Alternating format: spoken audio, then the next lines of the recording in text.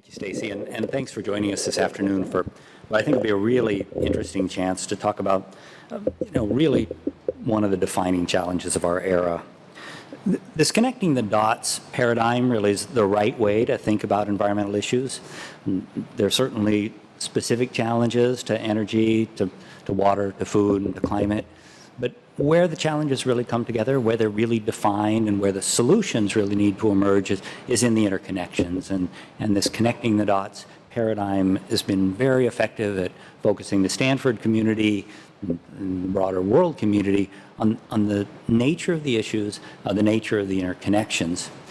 As Stacy says, this year we're going to focus on the climate as a starting point, but not as a unique area of enterprise, but recognize that it's really the connections that are important.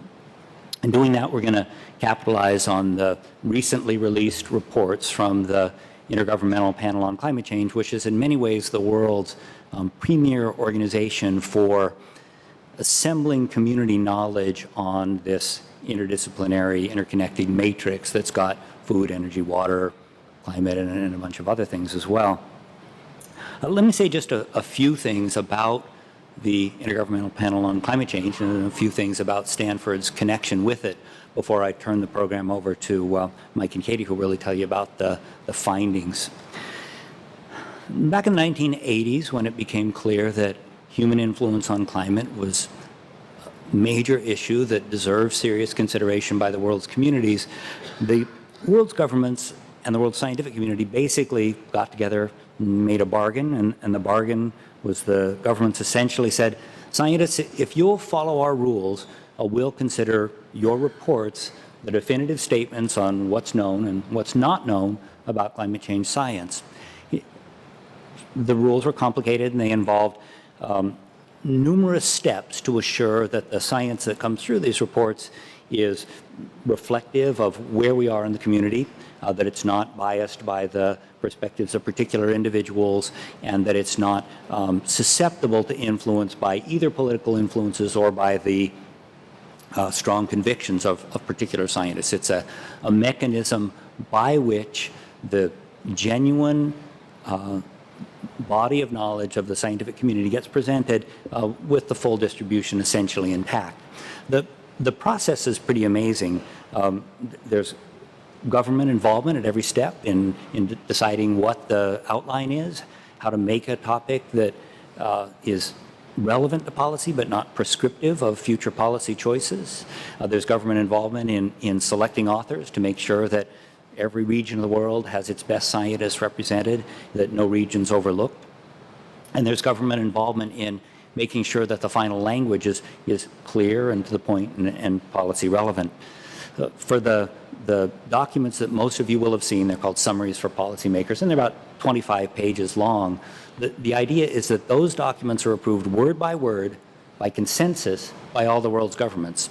So if we were at the Working Group 2 plenary approval session, which was a couple weeks ago in Yokohama, Japan, the nature of the approval was we put the first sentence up on the white screen, and I'd say, does everybody agree this is what the science says on this topic? And if you're Saudi Arabia and you're Kuwait and you're India and you're China, you would say that's not right. And we wouldn't move off of that sentence until every country agreed that we had it right. So every word, every sentence agreed by every country. You could think about that. We'll say, how could that not be political? But the way that it's not political, well, okay. I didn't actually mean that as a laugh line, so the scientists are really charged with the responsibility to make sure that nothing gets pushed in. And the way I think about it is that the scientists have control over a two-way valve. If something's not appropriate for the SPM, they can keep it out. If something is appropriate, they can try to keep it in. But the governments have control over a one-way valve, and if something just isn't acceptable from the parameters that they use for framing it, it's often not possible for the scientists to keep it in. One of the things that's most interesting about this plenary approval process, you can imagine there are some countries that are utterly committed to ambitious action on climate.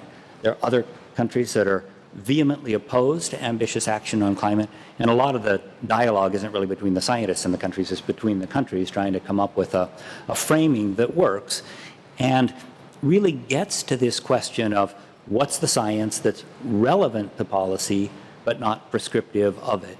And the way I think about the summaries for policymakers is that it represents kind of a lowest common denominator. There's a lot of science that doesn't make it into the summary for policymakers.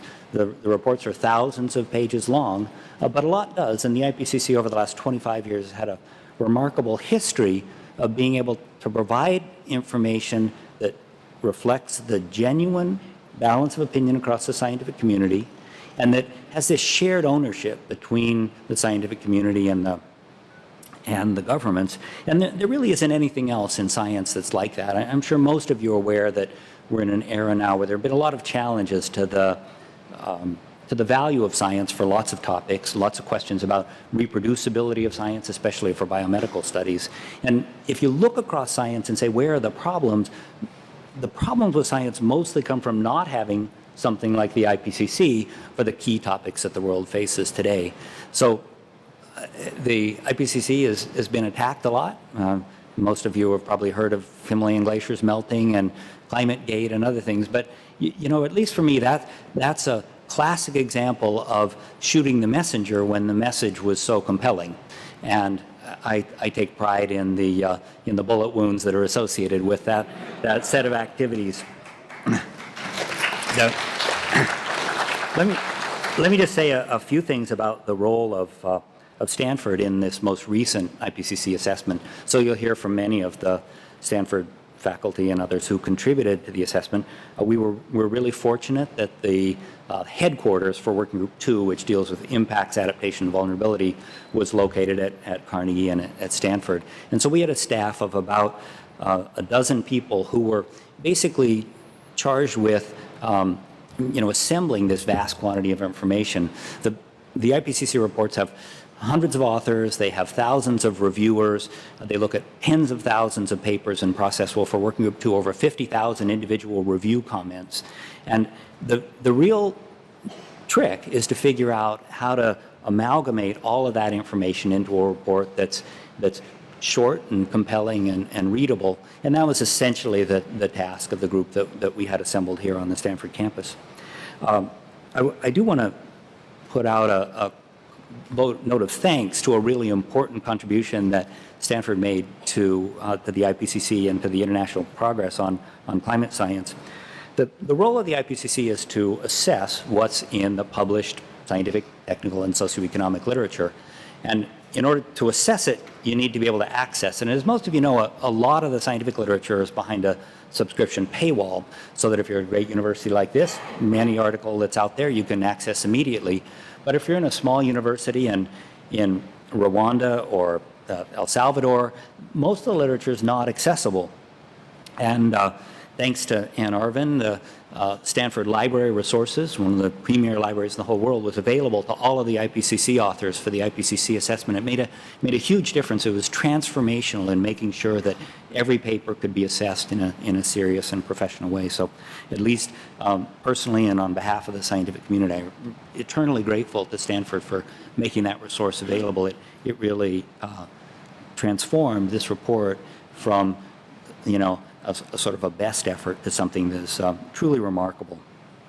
I want to spend just a couple of minutes describing three important aspects of the way I think about the climate challenge and the way that it's presented in the IPCC report. And it really makes a difference in several respects.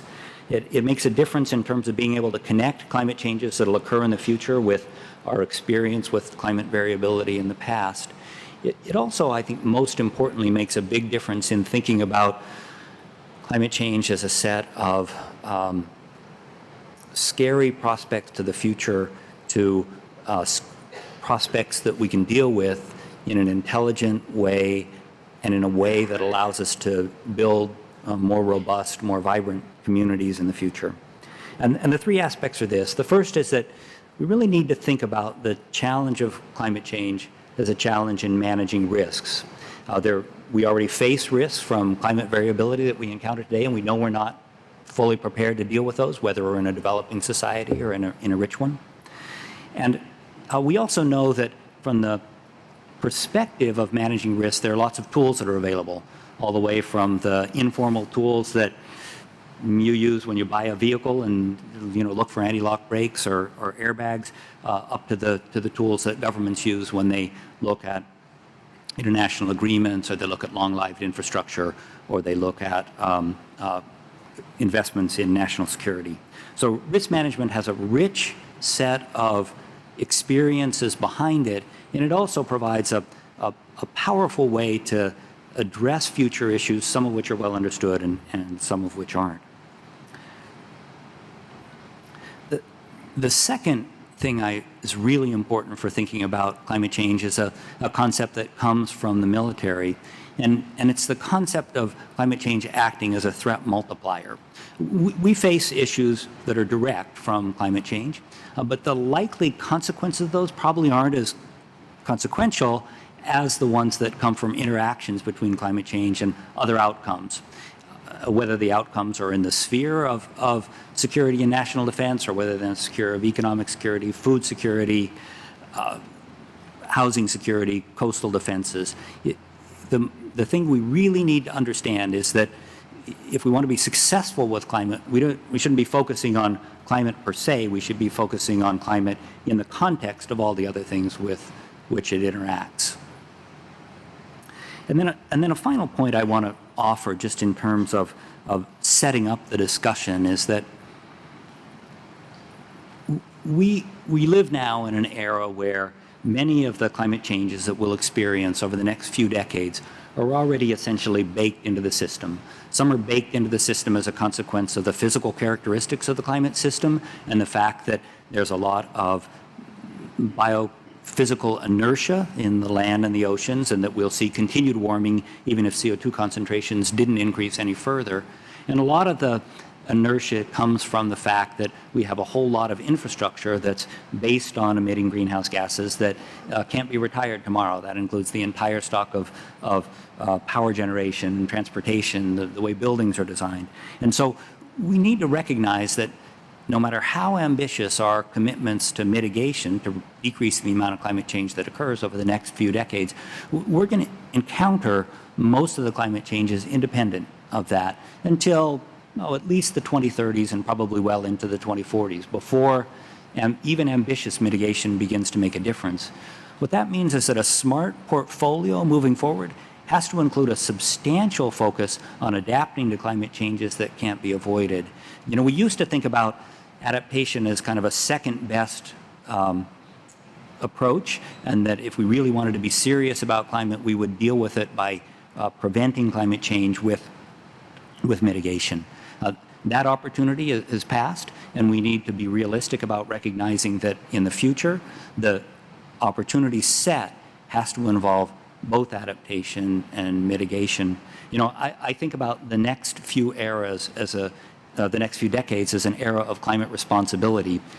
We need to take responsibility for the fact that there are going to be consequential climate changes, and there's nothing we can do to avoid those, and that investments in adaptation are going to be truly critical.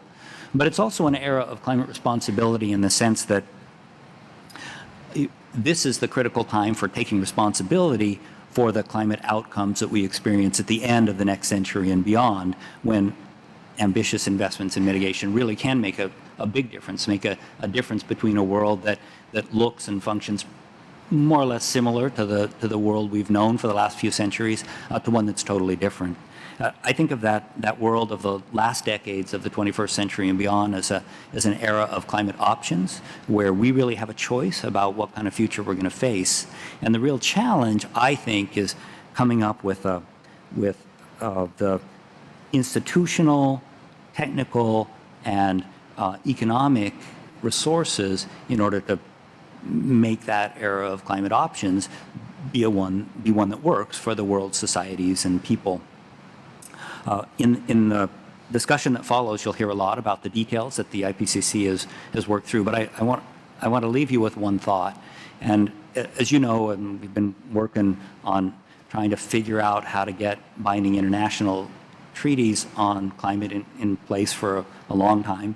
And it's been a challenge and will probably continue to be a challenge. But at least what I see when I look across the landscape of science, technology, and politics is that we're increasingly transitioning from an era in which climate change, dealing with climate change is conceptualized as something that's really forced upon us as almost you can think about it as a penalty for past misbehavior, that we're really transitioning to an era in which people recognize that historical reliance on fossil fuels has been incredibly important for the progress of society. It's lifted hundreds of millions of people out of poverty, but now it's time to move on to something different. And at least for me, I increasingly see an environment in which climate change is going to be conceptualized as something that great nations do as a national priority, just the same way that great nations put a priority on education, defense, or a vibrant culture. With that framing, I want to turn the program over to the two people who really know the most about the Working Group 2 report. Mike Mastrandrea and Katie Mock served as the co-directors for science for the Working Group 2 Technical Support Unit. I think of them essentially as being at the top of a pyramid where there was this vast amount of information flowing together, and we had hundreds of brilliant authors who worked on consolidating that into compelling statements, but the detailed negotiations about what statements made it into the summary for policymakers, how those should be framed in order to be understandable and acceptable to governments, and how they fit together into a storyline was really the work at the level of the technical support unit, and especially Mike and Katie. So they were really climate champions in terms of the contents of the IPCC report. They also were both Stanford products. Mike Mastrandrea was Stanford undergraduate and in the first graduating class in the interdisciplinary program in environmental resources for his PhD in 2004, and really brought the IPER perspective to the report in a spectacular way.